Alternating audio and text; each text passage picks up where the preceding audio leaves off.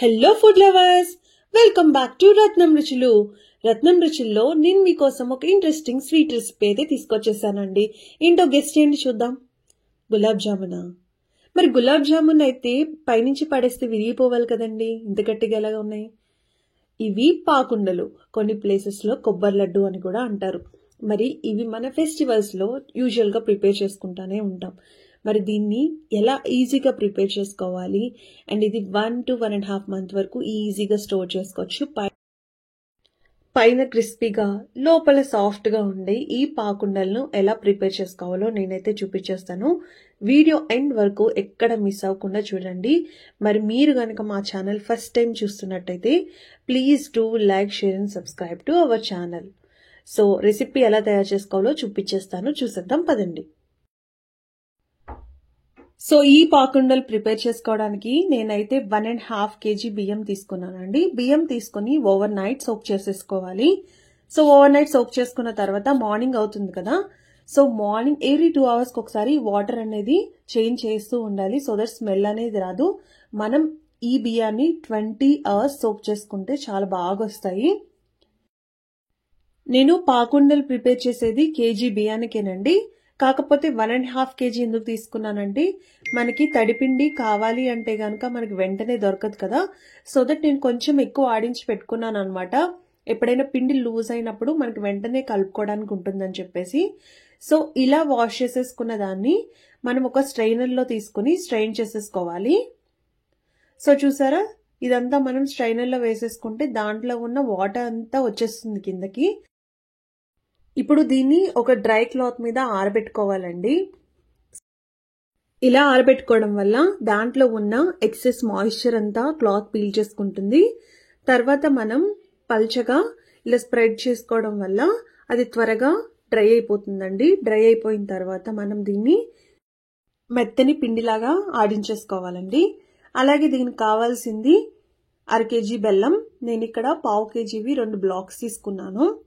So 1/2 kg అయితే correct గా సరిపోతుంది. మనం కేజీ పిండి 1/2 kg బెల్లం తీసుకుంటున్నాము.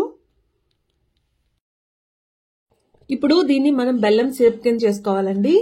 దానికోసం నేను ఇక్కడ కుక్కర్ తీసుకున్నాను. మీరు తిగ్గా ఉండే ప్యాన్ అయినా తీసుకోవచ్చు. సో ఈ బెల్లం అంతా దాంట్లో వేసేసి దాంట్లో కొంచెం వాటర్ పోసుకోవాలన్నమాట. సో నేనైతే ఒక టీ గ్లాస్ వాటర్ పోసుకున్నాను. సో వాటర్ పోసేసుకున్న తర్వాత ఈ బెల్లం అంతా కరిగిపోవాలి చక్కగా. సో వాటర్లో బెల్లం అంతా కరిగిపోయిన తర్వాత మనం ఒక స్ట్రైనర్లోకి తీసుకుని స్ట్రెయిన్ చేసుకోవాలి. దానివల్ల దాంట్లో ఏదైనా డస్ట్ పార్టికల్స్ ఉంటే అవి బయటకు వచ్చేస్తాయి. సో చూసారు కదా, ఈ రకంగా డస్ట్ పార్టికల్స్ అంతా బయటకు వచ్చేస్తాయి. సో ఇప్పుడు అదే పాన్ లో మనం కరిగించుకున్న బెల్లాన్ని వేసేసుకోవాలండి. సో బెల్లం వేసేసుకుని బాగా మరిగించాలి దీన్ని. అంటే మనకి తీగపాకం రావాలన్నమాట. నేను చూపిస్తాను పాకం ఏ రకంగా రావాలి అని అనేసి. సో ఇట్లా చక్కగా మరుగుతుంది కదా, ఇలా మరుగుతున్నప్పుడు దీంట్లో నువ్వులు యాడ్ చేసుకోవాలండి. సో నేనైతే ఇక్కడ 3 tablespoons నువ్వులు యాడ్ చేసుకున్నాను. సో నేను ఆల్రెడీ ఫ్రై చేసి పెట్టుకునేవండి ఈ నువ్వులు. అలాగే దీంట్లో కొబ్బరి కూడా యాడ్ చేసుకుంటున్నాను. పచ్చి కొబ్బరేనండి. 1 కప్ పచ్చి కొబ్బరి యాడ్ చేసుకోవాలి. సో నువ్వులు, కొబ్బరి యాడ్ చేయడం వల్ల ఈ పాకుండలు అనేవి ఇంకా టేస్ట్ గా ఉంటాయి. సో కొబ్బరి కూడా వేసేసిన తర్వాత ఒకసారి మనం బాగా మిక్స్ చేసేసుకోవాలి దీన్ని. సో చూసారా, పాకం అయితే దగ్గరకు వచ్చేసింది. ఈ కన్సిస్టెన్సీ రావాలన్నమాట. సో మనకి పాకం అనేది కరెక్ట్ గా వచ్చిందో లేదో ఒక్కసారి టెస్ట్ చేద్దాం. ఒక బౌల్లో కొంచెం వాటర్ తీసుకుని దాంట్లో కొంచెం పాకం వేసుకోవాలండి. వేసుకుని చేత్తో మనం ఇట్లా అంటే మనకి దగ్గరికి రావాలన్నమాట. మరి గట్టి ఉండలాగా ఫామ్ అయిపోకూడదు. జస్ట్ ఇలా దగ్గరికి వస్తే సరిపోతుంది. సో ఇప్పుడు పాకం అయితే రెడీ అయిపోయిందండి. స్టవ్ ఆఫ్ చేసుకుని పక్కన పెట్టుకుని దాంట్లో బియ్యం పిండి యాడ్ చేసేసుకుంటున్నాను. సో ఇక్కడ కేజీ మెజర్మెంట్ చెప్పాను కదండి.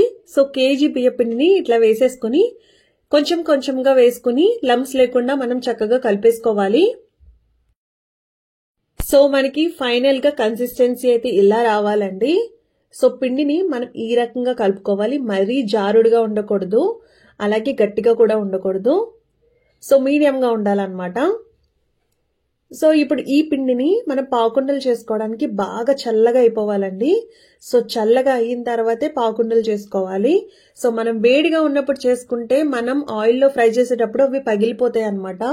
రౌండ్ గా ప్రాపర్ షేప్ లో అనేది రాదు. సో ఇది కంప్లీట్ గా కూల్ అయిపోవాలి.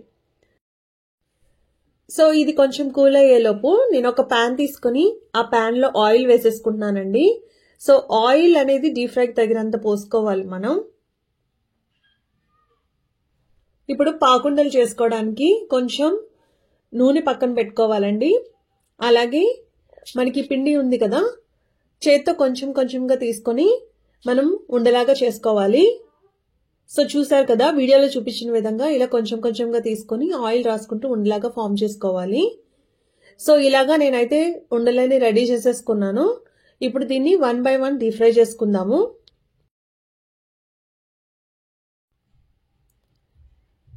సో ఆయిల్ అనేది మరీ టూ మచ్ హీట్ అయిపోకూడదండి, మీడియంగా ఉండాలన్నమాట. సో అప్పుడే ప్రాపర్గా కుక్ అవుతుంది.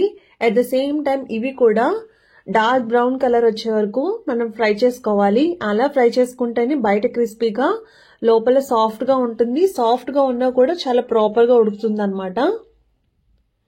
సో అప్పుడే చాలా టేస్టీగా ఉంటాయి, ఎక్కువ రోజులు కూడా నిల్వ ఉంటాయి. సో ప్రతి సంక్రాంతికి మా ఇంట్లో కంపల్సరీ పాకుండలు అయితే చేస్తారు. సో చూసారు కదా మనకైతే ఈ కలర్ వచ్చేయాలండి పాకుండలు. సో ఇప్పుడు దీన్ని మనం స్ట్రెయిన్ చేసేసుకుందాము. సో చూడడానికి గులాబ్ జామున్ లాగా ఉన్నాయి కదా. సో గులాబ్ జామున్ మనం కొంచెం లైట్ కలర్ ఉన్నప్పుడు తీసుకుంటాం. ఇవి డార్క్ గా వచ్చే వరకు మనం ఫ్రై చేసుకోవాలి. సో అంతే అండి, ఎంతో సింపుల్ గా ప్రిపేర్ చేసుకునే పాకుండలు అయితే రెడీ అయిపోయింది. బిగినర్స్ కి కొంచెం కష్టంగానే ఉంటుంది, బట్ ఇలా నేను చెప్పిన మెథడ్ లో చేస్తే చాలా పర్ఫెక్ట్ గా వస్తాయి అండ్ చాలా టేస్టీగా అండ్ క్రంచీగా కూడా ఉంటాయి.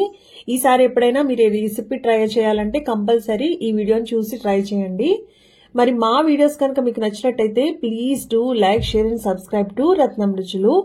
మరిన్ని ఇంట్రెస్టింగ్ అండ్ టేస్టీ రెసిపీస్ కోసం చూస్తూనే ఉండండి. Thanks for watching. Bye. See you in next video.